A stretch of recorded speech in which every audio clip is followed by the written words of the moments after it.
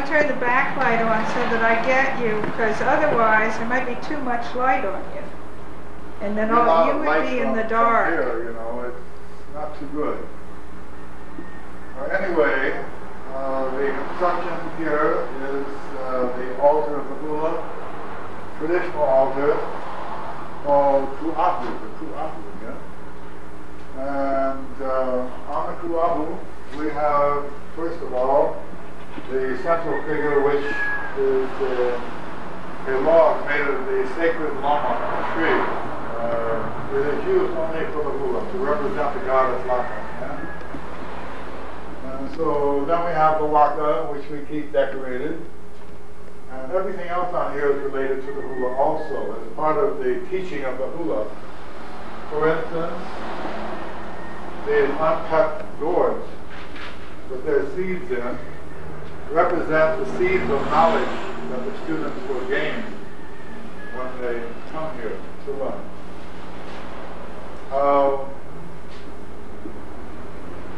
The decorations used on the traditional ku'ahu are far from the decorations that you see in the hula today, whether you use bougainvillea or any kind of flowers.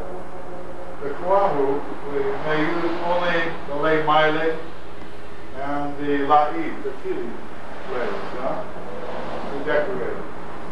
None of the others.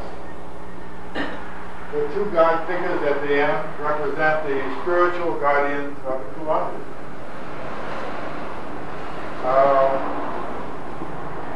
We have the chanter's implements, the ipuheke, and the common implements.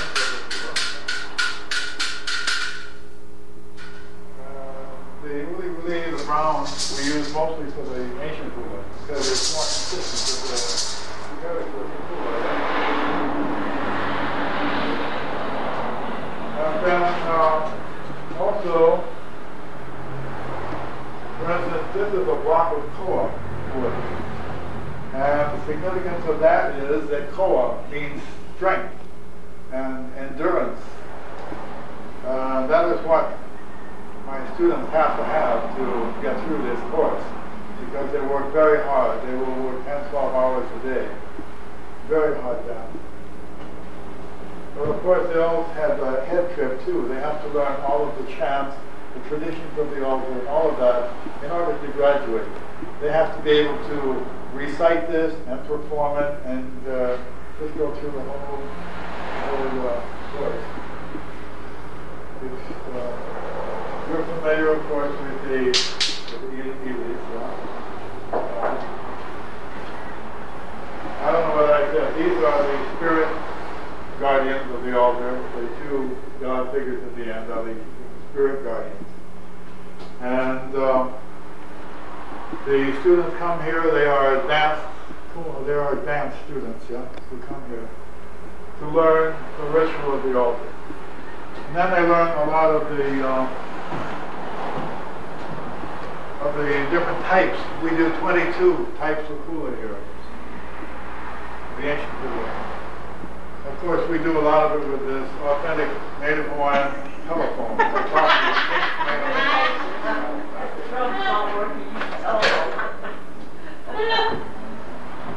One of my favorite types of hula is the hula pop. And these are the pahu, of course.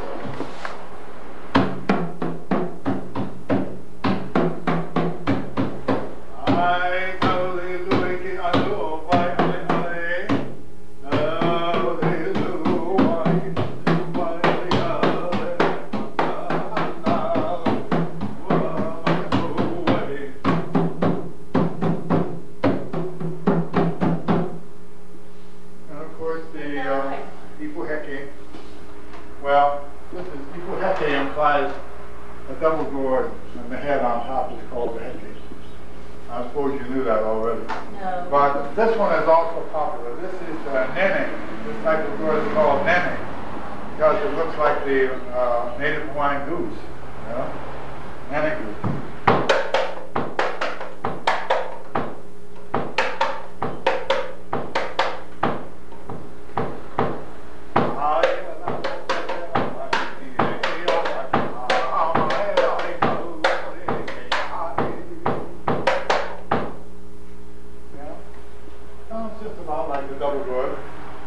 this one is usually used by my son. He prefers chanting with this. I like using my double joint a lot.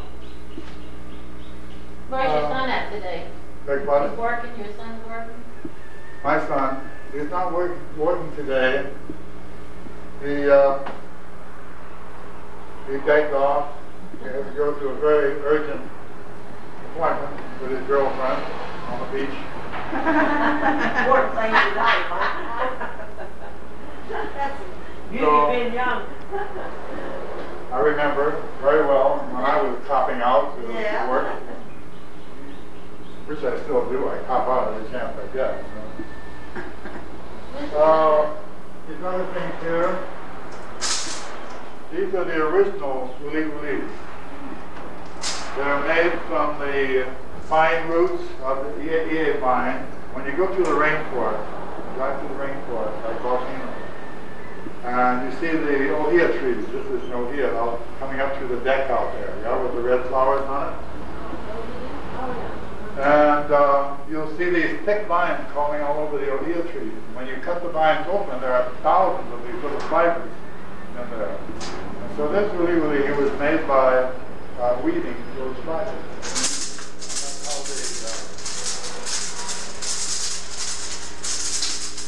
How the uli was made. Later on, feathers were added. And the bird catchers would go up the mountain. Certain areas of the mountain is where you will find the old bird or the alpani or one of the other birds. And so they go to the area that they want because of the color of the bird's feathers. And then they line the branches, take the gum from the breadfruit tree, put seed and so forth on the branch. The birds come down and get caught. Then the bird catchers go up there and very carefully pluck the yellow, red, blue feathers that they want, and then wash the bird's feet and let them fly away and grow some more feathers.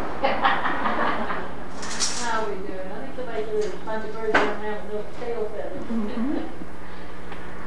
So, if you have questions, I'd like to answer them for you.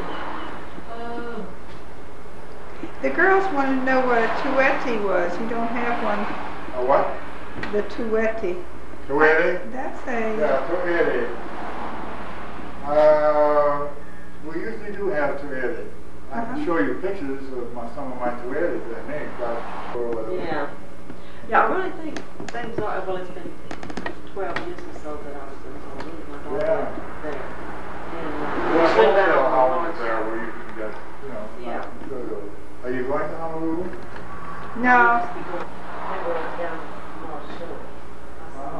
Yeah. You live and die, so now they can live and die. This is girl. Do you bleach this or something? Because they were trimming the coconut trees around the hotel there. They were throwing down a bunch of this stuff and I picked it up. They're throwing down the fiber that goes around the branch. Yeah, it was like a fiber. But it's not. This bark is made from mulberry plant called wallwood. Oh.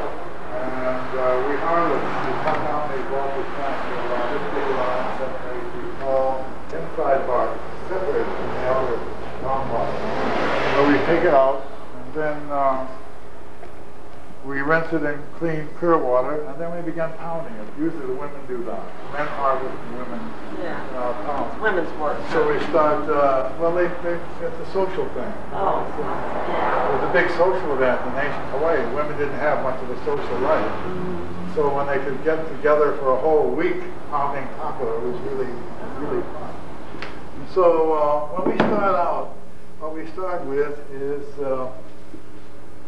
a piece of fat white bark like this.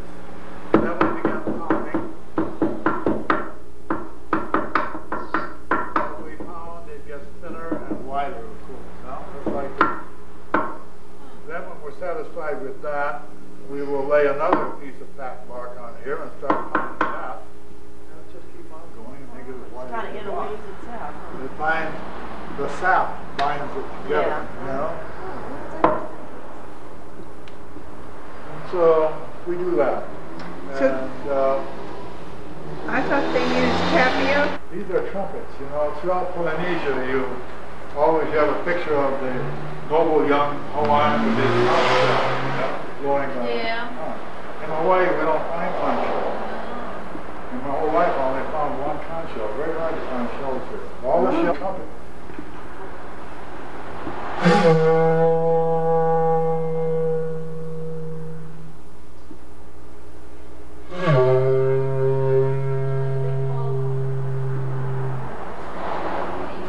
These are still carried by the fishing canoes. They carry them like when they're coming in at night or in the fog or whatever. They keep sounding so they don't get